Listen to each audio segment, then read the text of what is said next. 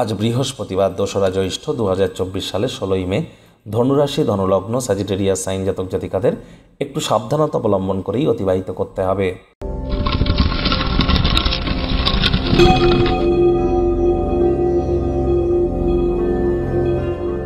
ভিডিওটির শুরুতেই স্ক্রিনে আপনারা দেখতে পাচ্ছেন বৃহস্পতির বীজ মন্ত্র ওম গ্রাং গ্রিং রং স গুরবে নামা। এটি সূর্যের আলো থাকাকালীন ১০৮ বার জপ করুন, অত্যন্ত উপকৃত হবেন।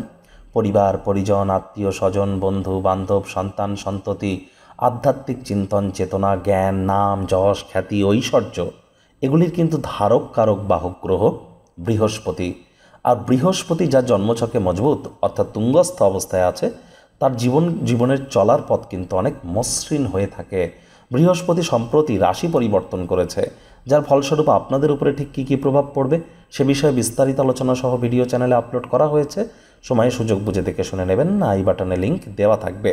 দেখুন, কোনো নেতিবাচক বা নেগেটিভ কথাবার্তা বলতে কিন্তু আমাদেরও ভালো লাগে না, তবে গ্রহ নক্ষত্রের হেরফের অনুযায়ী ইন জেনারেল ডেলি প্রেডিকশন আমরা প্রস্তুত করে থাকি।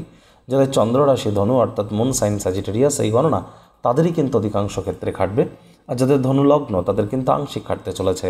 যারা নিছকে জীবনকে পূর্ণ মাত্রায় উপভোগ করবার জন্য আমোদ প্রমোদ বিনোদনের জন্য দিনটি শুরু করতে চলেছেন, দিনটি তাদের ঠিক তেমনই অতিবাহিত হবে।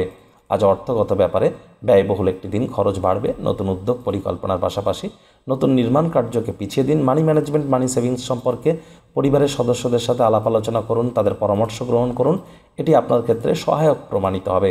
চাকরিজীবী যারা আছেন, অফিসে কম কথা বলে কাজ বেশি করুন, মনের থেকে মস্তিষ্ককে বেশি দাম দিন। কোনো প্রকার অফিস পলিটিক্স বা গসিপিংয়ের অংশ যেন হবেন না, বসের কিন্তু কুনজরে পড়ে যেতে পারেন। রাজনীতিবিদ যারা আছেন, জনসংযোগ বৃদ্ধি করুন, কঠোর কায়িক পরিশ্রমের কোনো বিকল্পই কিন্তু নেই।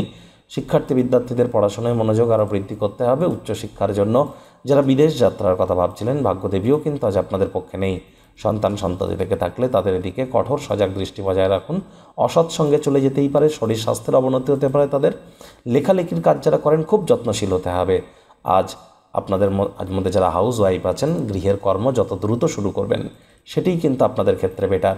পরিবার, পরিজন, নিকটস্থানীয় ব্যক্তিবর্গ, বন্ধু স্বজন সকলের সাথে ভালোবাসা বাড়বে। কথায় আছে, to be a good speaker one have to be the listener first.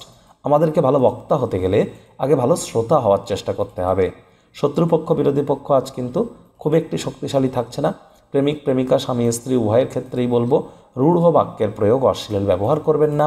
তৃতীয় কোনো ব্যক্তিকে সম্পর্কের মধ্যে যেন প্রবেশ করতে দেবেন না। সন্দেহবাতিক হলেই কিন্তু মারাত্মক ক্ষতি।